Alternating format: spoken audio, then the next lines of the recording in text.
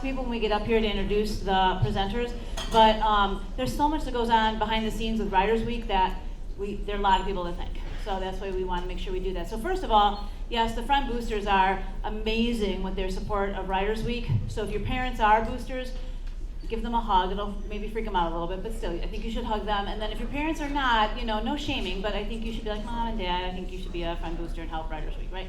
So of course we want to thank them. We also absolutely have to give a shout out to tech crew up there. Without them, none of this would happen. So thank you, tech crew.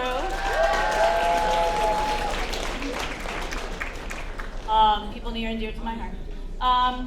I also want you all to, I think that we would not have Writers Week without you all. And the fact that every year, for 26 years now, Fremd students have just been amazing. And wanting to come to Writers Week as presenters, obviously as audience members, so none of this would happen without you all. So I think you all need to clap for yourselves right now as well.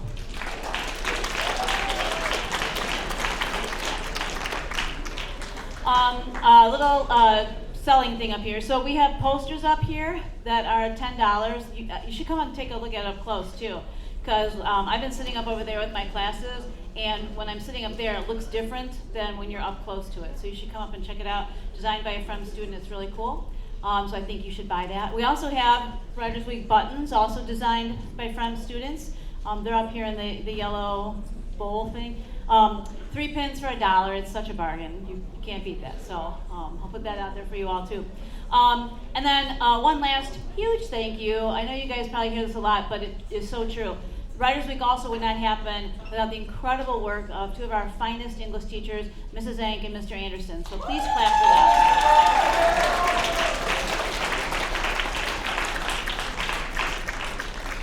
So this kind of worked out interestingly for me today. I got to introduce third hour, which was Mr. Romano, Mr. Anderson, Mr. Bruner, 3 retired Fremd English teachers who are amazing. And now I get to also introduce another former Fremd English teacher. She's not retired. Anyway, but I did talk about this with third hour and those gentlemen, and the same thing is true about our presenter today. That I find we talk a lot about inspiration during Writers Week, and from you all and people up here, and how, what's inspired them, what's inspired us to not necessarily just write, but maybe think about the world in a little bit different way. So our presenter today, AJ Pine, is her pen name. I know her as Amy though. She was my desk partner in the English office for many years. And the fact that she survived that, just right there should tell you a lot, because my desk is organized chaos. I know where everything is, but when you look at it, you're just like, whoa, Miss Burdick. Look like I just, threw things all over the place. And I got to know Amy really well and was devastated when she decided to take her career in another path that took her away from us at Fremd. But she still inspires me even to this day, especially through her writing. So by day, she is a librarian at Lake Zurich High School, but she also is a published writer and is known for, I'm going to make sure I wrote this down right, the book series, If Only You, and the Kingston Ale House series. And then she says that she writes stories to break readers' hearts, but don't worry, because she usually mends those hearts with a happily ever after. So please help me in welcoming AJ Pine.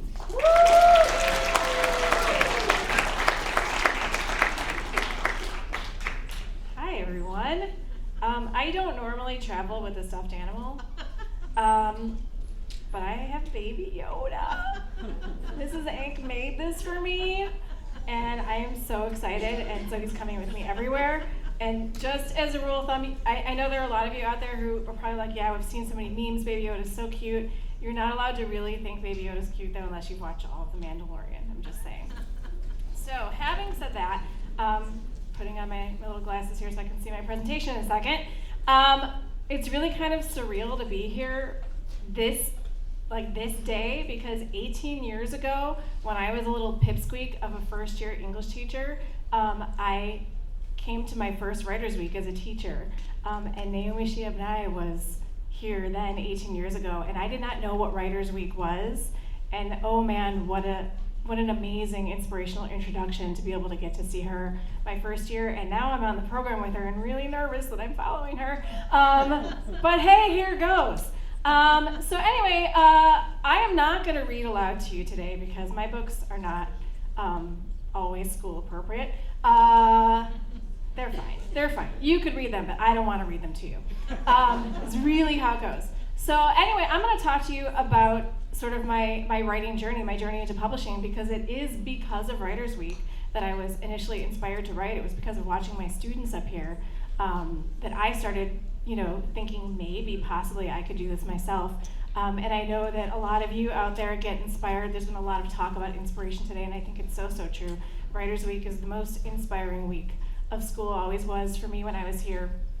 And those of you who are, sitting there thinking, I really would love to write, I do write, how do I go beyond what I'm doing right now with writing? How did you, just, a regular old person who, is a teacher, librarian, whatever, mom of children, mom of cats, whatever, how can you do this? And you can. I mean, if you want to do it, you can. So that's what I'm going to kind of be talking about today. And I was here a few years ago, and so I promised that if you did somehow see me a few years ago, that my presentation will be different. There will be some, I like to make some of the same jokes if they get the same laughs, but for the most part, I'm hopefully going to be showing you something a little bit new than you saw last time. So here goes. Okay, so me. All right, so here's one of those jokes. How do you say that? Let me hear all my soft G's. All my GIFs, say GIF. GIF. All my hard G's, say GIF. GIF. Oh, I hear the soft G's still trying to get in there. All right, so I have a really strong and valid argument for why I pronounce GIF with a hard G. How do you say that? All right, all you soft G'ers, I challenge you, from here on out, you have to say GIFT. If you're gonna say GIF, you're gonna say GIFT, okay? All right, so sadly, this is my old laptop. This isn't my laptop stickers right now. I could not get my GIF sticker off of my old laptop to put it on my new one. So I'm super sad about that, but I still wanna share it with you. A friend got me this because she knows how passionate I am about GIFs. And I can't find this sticker anywhere, so if any of you can find it, please send it to me, thank you.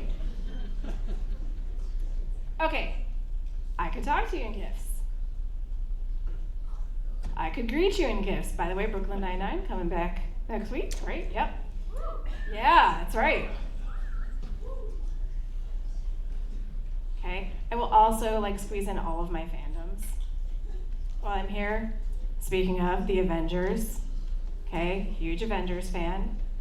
And like I said, also Mandalorian fan. That's right. That's right. I write books. So let's see if you can figure out what kind of books I write. That's my first series. That's my second series. That's my yeah, that's right. Heck yeah. I know what you're thinking. Oh my gosh, another sci-fi writer.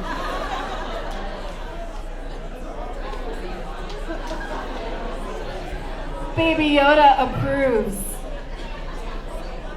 For anyone who cares about book covers, so my publisher is in New York. I have really no say about my book covers. They send them to me and say, hey, what do you think? And if I have a huge objection, maybe I'll say something, but who's going to object to those?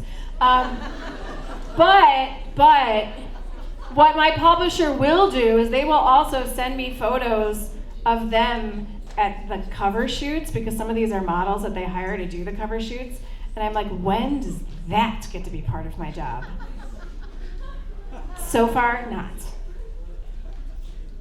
Okay, so what do I write? I write some romance, okay? We'll talk about my first book that I wrote, because my first book that I wrote was not romance at all, and I didn't think that I was a romance reader either until I started sort of evaluating the books that I read and was like, what is the common thread here? But I do write romance. And I didn't always write cowboy romance, but I know looking at me right now, you're like, Midwestern Jewish girl screams cowboy writer, right? Right? So my path to publishing included getting a literary agent to try and sell my stories to publishers. And romance is a very, very big genre of writing. There are a lot of different categories that fall under romance. In contemporary romance, which was what I was writing in the beginning, it's really, really, really, really, really hard to stand out in contemporary romance. And as much as I love writing, writing is also part of my career, and it helps me pay the bills. And writing just straight contemporary romance, taking place in Chicago, because I did write a lot about Chicago, because that's where I'm from, it wasn't selling as well as I wanted it to be. And so my agent at the time had recommended, why don't you try writing a cowboy story? And I said, I don't know anything about cowboys. And she said, it's not the cowboys that really matter as much as the story. And as long as your heroes are cowboys, there's a huge market for cowboys. There's always cowboy readers. Long story short is I had a story idea, and I just made it take place at this fictional ranch in California, because I know California. I've been there before. And I tried my hand at this. And I actually really, really loved it, because for me it wasn't as much about writing about cowboys as it was about writing about small towns. And I have always wanted to live in Stars Hollow, anybody who's a Gilmore Girls fan. And so I got to create these fictional small towns, and that is really where it's at for me, is all these sort of quirky characters that I can plant as side characters and stuff throughout my stories along with the romance, and that's been the most fun to me. And so now I write cowboys. And one of the big rules of romance, for those of you who are like, oh, romance, like we know how it ends. Everybody like gets together and we're all happy. And that is true. Like one of the rules of romance is you should have a happily ever after at the end of your story. So the challenge of the writer is, how am I going to get you to stay with me for 300 or so pages when you know these two people are going to end up together at the end? And so that is where the work of the storytelling comes in, and that's the part that I love. Happily ever after. But it's not going to be the only thing I write. So I have been writing cowboys. That my 4th cowboy book just came out.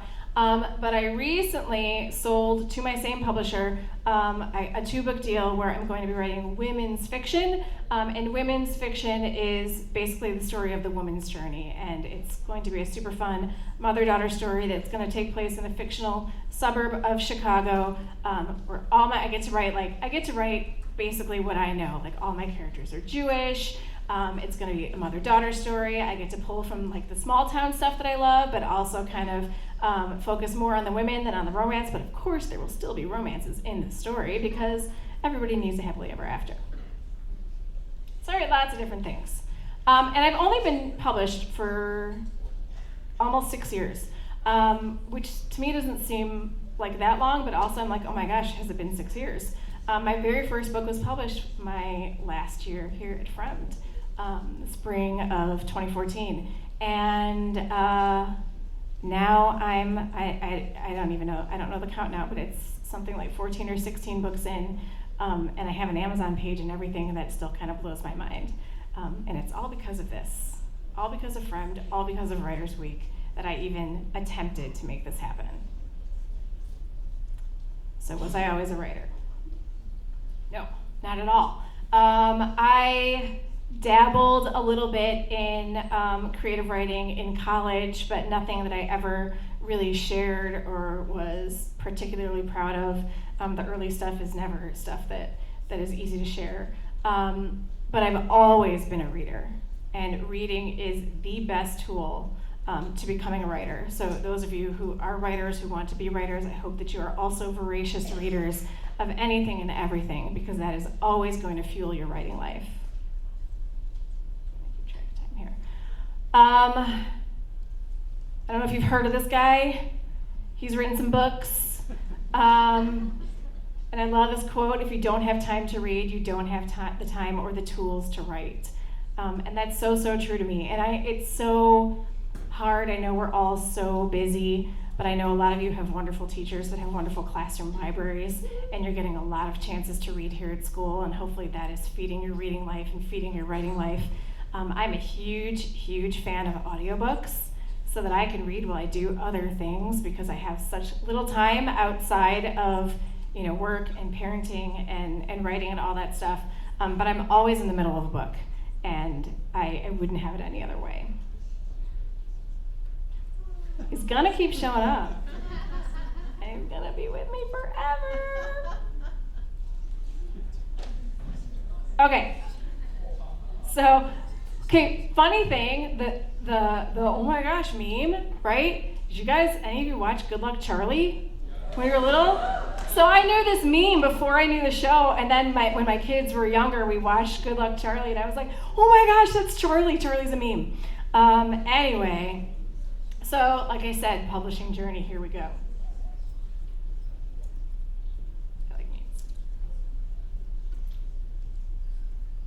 Okay, so my first love of reading is young adult romance, or young adult stories with romance, right? Like most of these have romances in them, but young adult in general. And it's not just because I work with teens, it's really because when I was getting my teacher certification, way back in the late 90s, when I was getting my teacher certification, I was an English major in college, but I was not an education English major. I was just like, wait, I can read books and poems instead of like textbooks and all that and get a degree, and I could.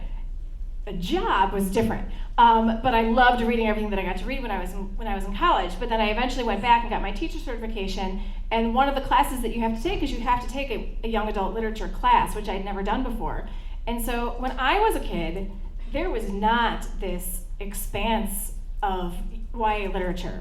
Okay, I went from reading like The Lion, the Witch, and the Wardrobe to reading like thrillers by John Grisham and stuff like that. So now there's such amazing young adult literature, and I fell in love with it from this class, and it's always my first love. And so maybe that's why I still, I'm a teen librarian, I'm a high school librarian, so I still surround myself with these books every day. I read these books every day. So reading what you love is a great way to fuel your writing life. Reading the genre in which you write is also a great thing to do. Maybe not while you're writing though, because unintentional osmosis can happen, and then you write something and you're like, wait, did I read that somewhere or did I make that up? So I do not read romance while I'm writing romance because I do not want to unintentionally plagiarize something that I just wrote. But I do love reading romance.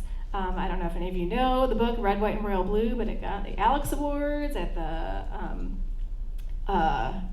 ALA Youth Literacy Awards, Youth Media Awards, I don't even know what you call them. Anyway, got the Alex Award, which is a book that's written for adults but pertains to teens, and it's a fantastic romance. It was one of my favorite reads last summer, so I'm just plugging it right now. It's a fictional, obviously fictional reimagining of who the 45th president was, and instead of the 45th president that we have, it's a woman from Texas, and she has a son who is bisexual and falls in love with the Prince of England, and it's a fantastic, fun story with a happily ever after. And books on craft. So I don't read over and over books on craft, but I have my favorites that I refer to while I'm writing, and I'll talk more about those later. But I read a lot of stuff. Don't get pigeonholed into one thing. Try something new. Hopefully there's something on your classroom library shelf that you've kind of been looking at. You're like, that's out of my wheelhouse. Maybe I'll give it a try. That's how I ended up writing romance, is I tried something out of my wheelhouse. So like I said, reading when I was a kid. Okay, there's great stuff for kids, for little kids. And then you kind of move into like the middle of my reading life, and we've got A Wrinkle in Time, Lion, the Witch, and the Wardrobe. Then I get into some Michael Crichton, some John Grisham, and some early YA lit that I started reading, as an adult. And really, the book that did it for me, as far as like I need to write something now, was when I'd finished The Hunger Games, the whole trilogy, and Mrs. Ank texted me, and she said, I know you love The Hunger Games. There's this new book that just came out that I think you're really gonna like. You should try it. It's called Divergent. And so I read Divergent, and we ended up getting Veronica Roth here for Writers Week before Insurgent came out, and it was really, really exciting. But I read Divergent, and I was like, I love this dystopian stuff. I want to write something like this. This is what I love to read right now. And so, still not over the ending of Allegiant though. Never, ever, ever over it. Great story about Allegiant. So I read Allegiant in a night because I didn't want it to get spoiled for me on social media.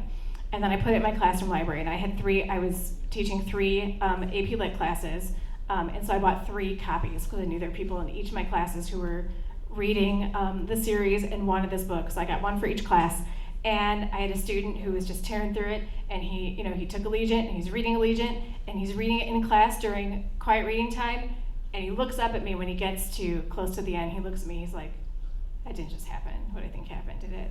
As I just keep reading, he's like, but that didn't just happen, did it? And class ended, he had to leave, he took the book with him, and he came back the next day because he took the book home to finish it, and he slams the book down on my desk, and he goes, here's your book back. But you know what? Any reaction to a book is good, because that means that you are an active reader, and it means that you are invested emotionally. So whether you love a book, don't love a book, I think if you're having a reaction to a book, then you are a reader, like a true reader. And I'm truly thirsty. So I wrote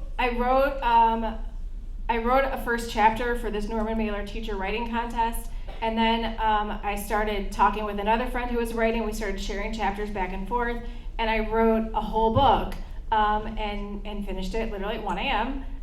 On November 1st, 2012. And what do I do with it now? I know, right?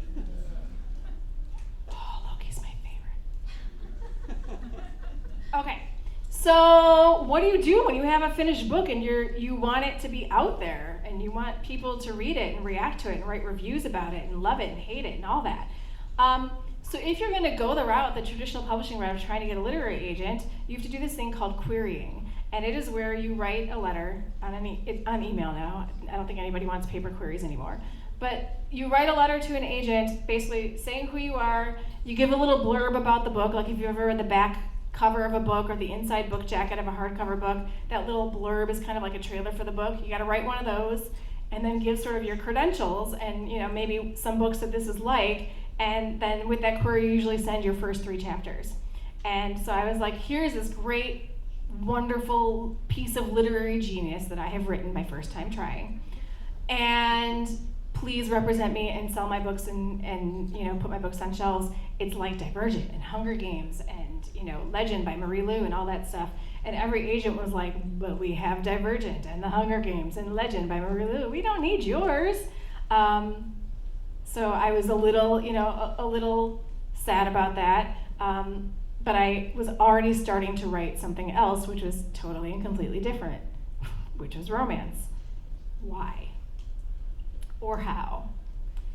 Okay, so there is this, so it used to be called the Illinois School Library Media Association, and now it is called the Association of Illinois School Library Educators. So it was ISLMA, and now it's IL.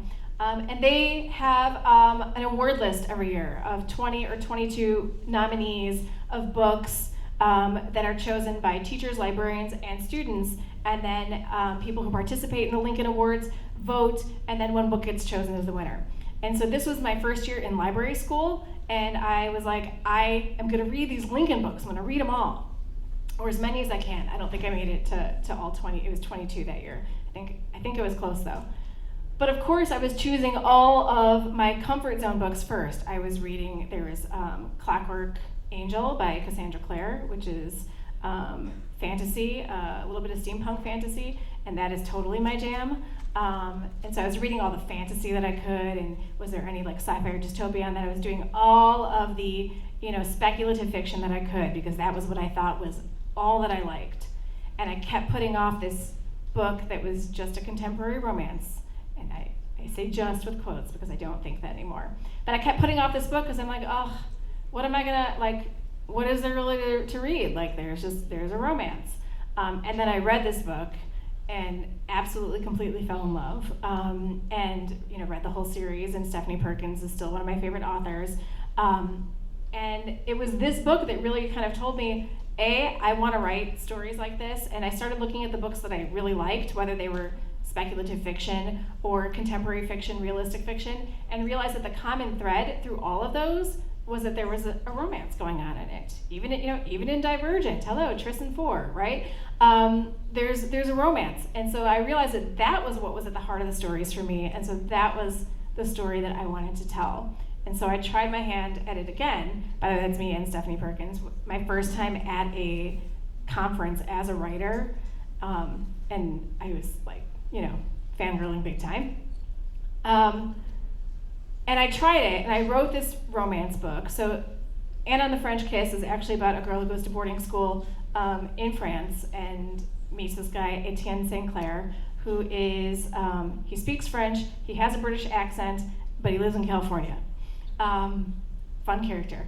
But anyway, it gave me an idea. My junior year of college, I studied abroad in Scotland, and I had this sort of romance idea that kind of was based on my life in Scotland. I had this huge crush on this guy the entire year that I was there, and never amounted to anything.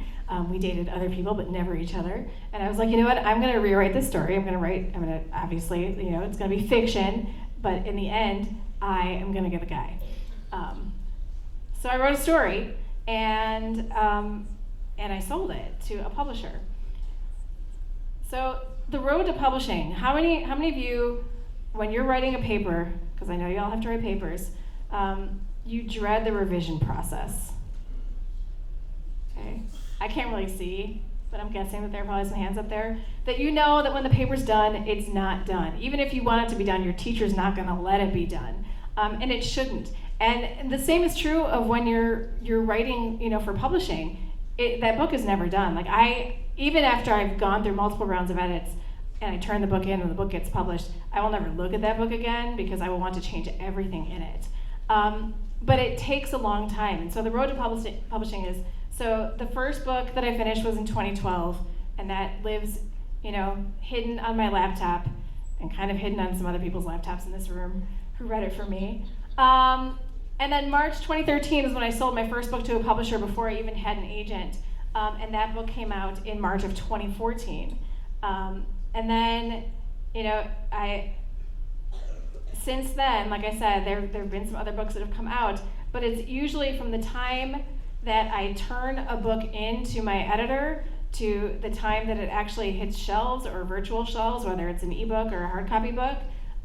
It has gone through at least 4 rounds of professional edits, and I have to turn my books in a year before they're going to be out, because there's a whole editing schedule that goes on. But it's never quick. And so for anybody who is looking to get their stuff out there someday, you gotta have some patience, because it's not going to happen overnight. It will happen though if you keep at it. And if you're trying one thing and it's not working, then write another thing. Keep on writing. And then see what you can do after that. So the whole agent thing, I'm gonna bring in some names that you might recognize here, because this all happened while I was at a conference in Boston with Mrs. Hahn and Mr. Anderson and Mrs. Ank a few years ago. So I did not take the traditional route with getting signed by my first agent. I joined a Twitter contest, and in this Twitter contest, you had to pitch your book in a tweet, and this is back when tweets were small. How many characters could you have in a tweet? I don't even remember what it was. No, now it's like 200. Then it was like 60 something, I think. It was really small. So you had to get this all out in a tweet, and then you had to include the hashtag, which is PitMad, which is what the contest was. So you had to leave room for the hashtag. And this was back when, it sounds like it's forever ago, but it's really not. It's like 7 years ago. This is back when even photos took space in your tweets. Like any media that you put in your tweet took away some of the characters that you could have. So I sent out this tweet, and the rule was if your tweet got liked by an agent who was participating, then you could send them your stuff, and it would be bumped to the top of their email pile. And so one of the people who liked my tweet was an agent. And it was an agent that I knew about, an agent that I knew represented romance, and so I sent her my stuff. Okay. So on October 9th, so you don't send a full manuscript. On October 9th, I got an email from her saying that she loved what she'd read so far and was desperate to read the rest. Those are her words. And so I sent her the full manuscript. So we've gone from September to October. Okay, I was a little excited. Now we're November.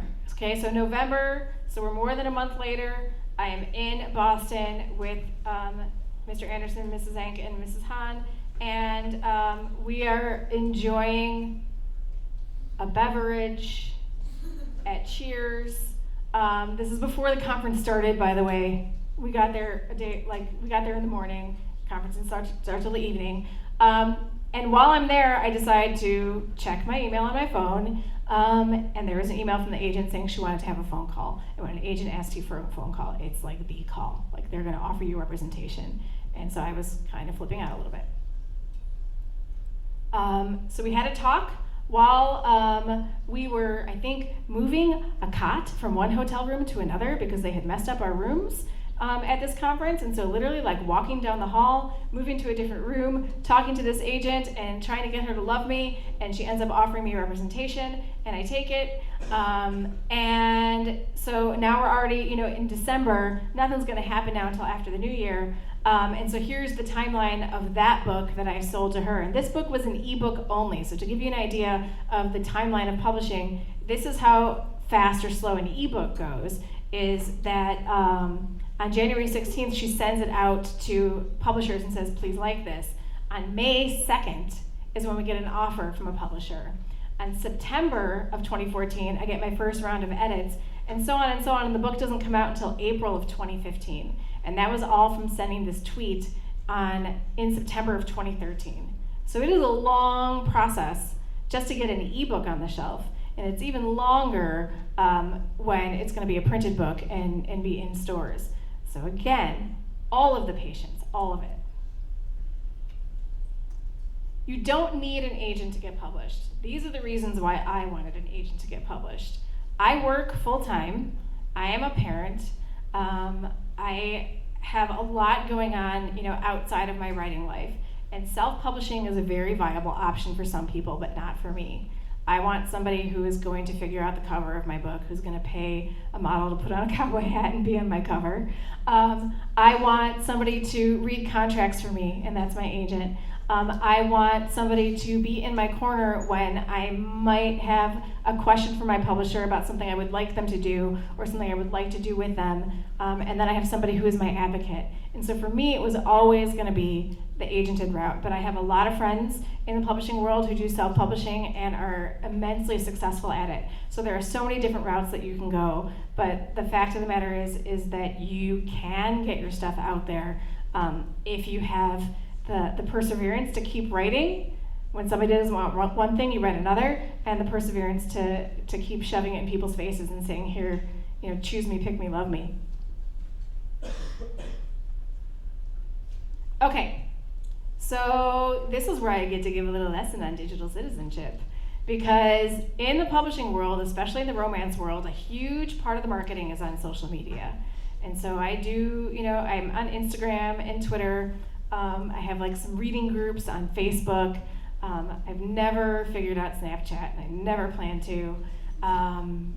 Those are pretty much my venues, is Twitter and Facebook and Instagram. And so I market my books when I've got news about books, but I'm not always releasing a book. I have books come out maybe once or twice a year.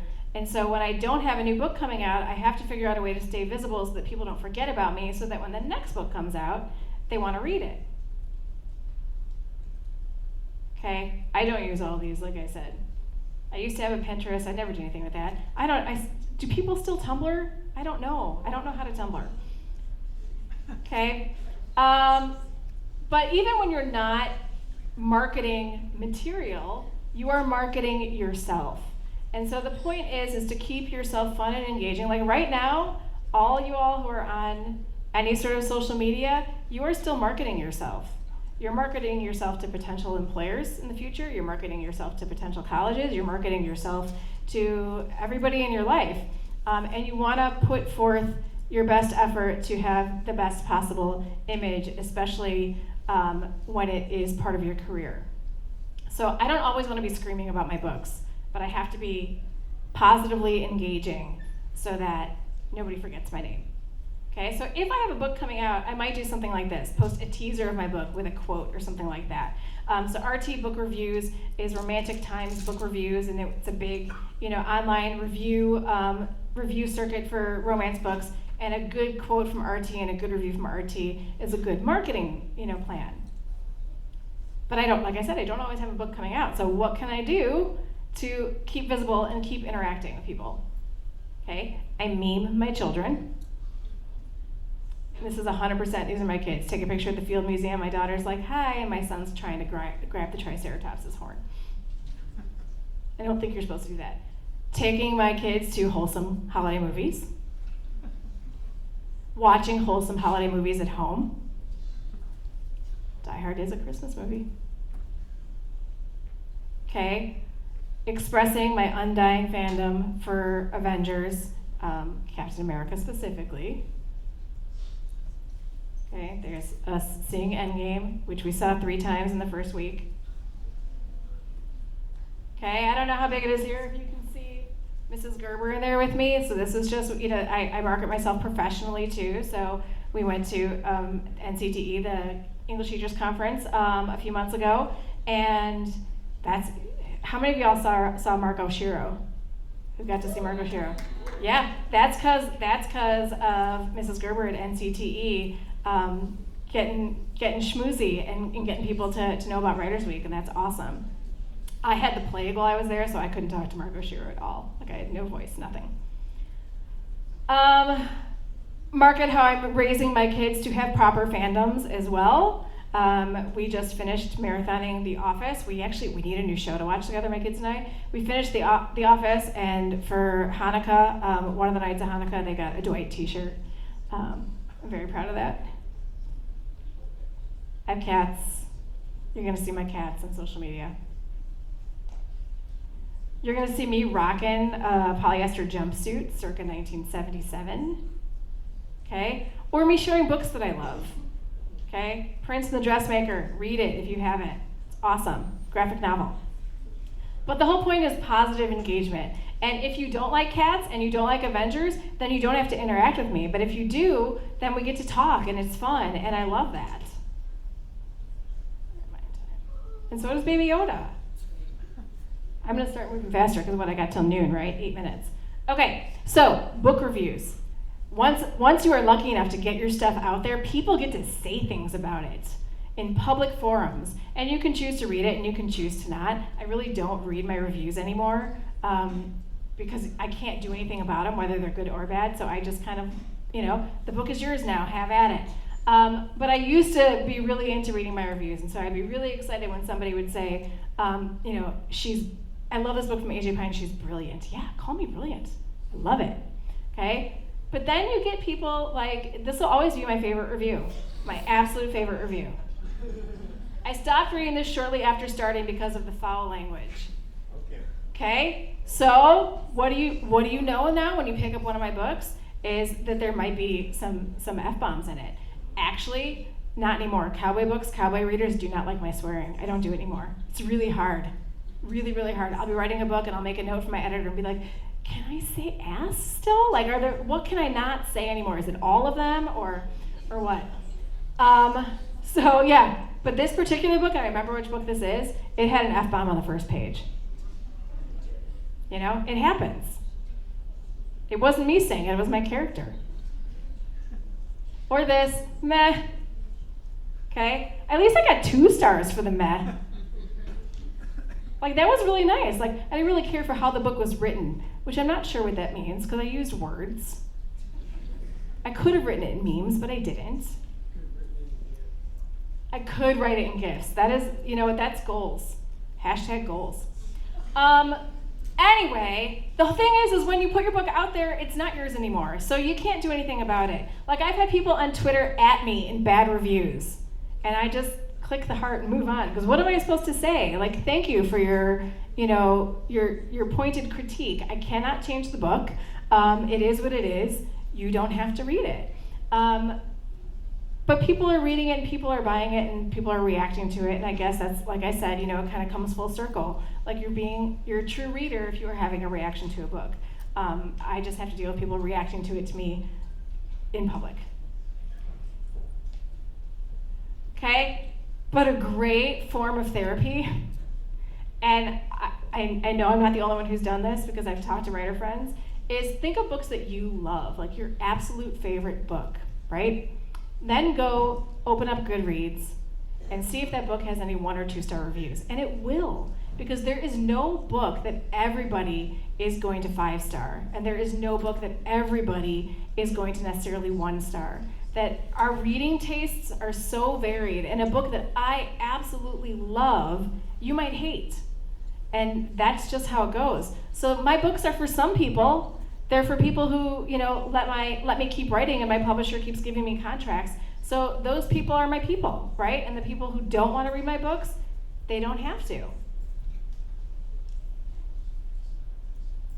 So these are just some books that I love. They're books that you may have in your library here. My very favorite book is Save the Cat because it has a sort of story outline idea that I like. And I do outline my stories before I write them to make sure I have a beginning, middle, and end. But then I kind of toss that outline to the side and pants it my whole way through. You're either a plotter or a pantser. People say that you either plot your books out or you fly by the seat of your pants. And I kind of think of myself as a plantser because I do like to plot it, but then I like to put that plotting away because the book changes as I write it.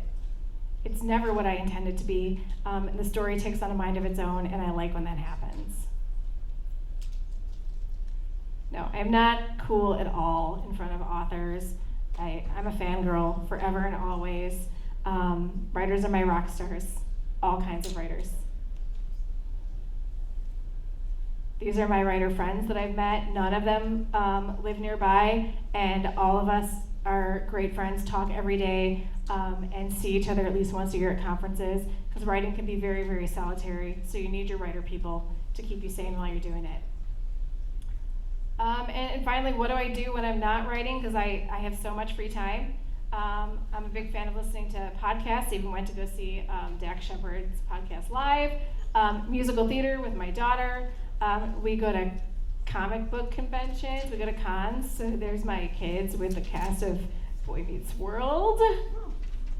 This is just a family photo. No big deal. These guys come over all the time. Listen to a lot of audiobooks. Stranger Things all the way. Yeah, we went to StrangerCon. Marvelous Mrs. Maisel. One Day at a Time with Jay's coming back. Brooklyn Nine-Nine's coming back. The Mandalorian, of course. The biggest thing for you is, what does your writing life look like, and how are you going to make that come to reality? I think the best piece of advice that I can give is to write what you love and love what you write. Be proud of it no matter what it is. Even if your stuff is not for everybody, it's for you and it's for the people who want to read it. Thank you all for listening. And thank you, Mrs. Banks. We have time for a question or two. Does anybody have a question? I can't really see. Right here in the center, yeah. What does my family think of the cowboy books? So I have a 10-year-old son and a 14-year-old daughter. And they're both readers. My daughter's like, so when can I read your books? And I'm, not yet. I'm actually totally fine if she did. She's going to be a freshman in high school. I'm totally fine. There's a common misconception that romance books are equated with something like 50 Shades of Grey, and mine are not. Mine are not. 50 Shades of Grey is not romance. I will go on the record as saying that. But no, my kids are fine with it. My son actually likes the cowboy books better than my previous series, because my previous series, the one I didn't put up there, nobody's wearing a shirt on the cover. So he's like, I like these. They have clothes on. I was like, me too, buddy. Me too. Other questions? Just see far. I have to take the glasses off. Okay, right here in red.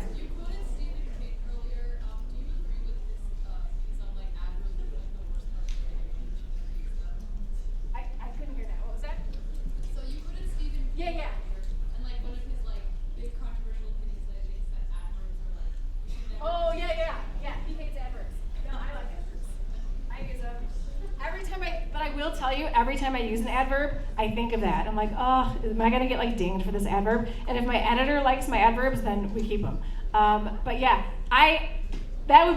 writing without adverbs is not something that I can do, but I do try to curtail them. Like I do try to use certain parts of speech, like any word, if it's not necessary.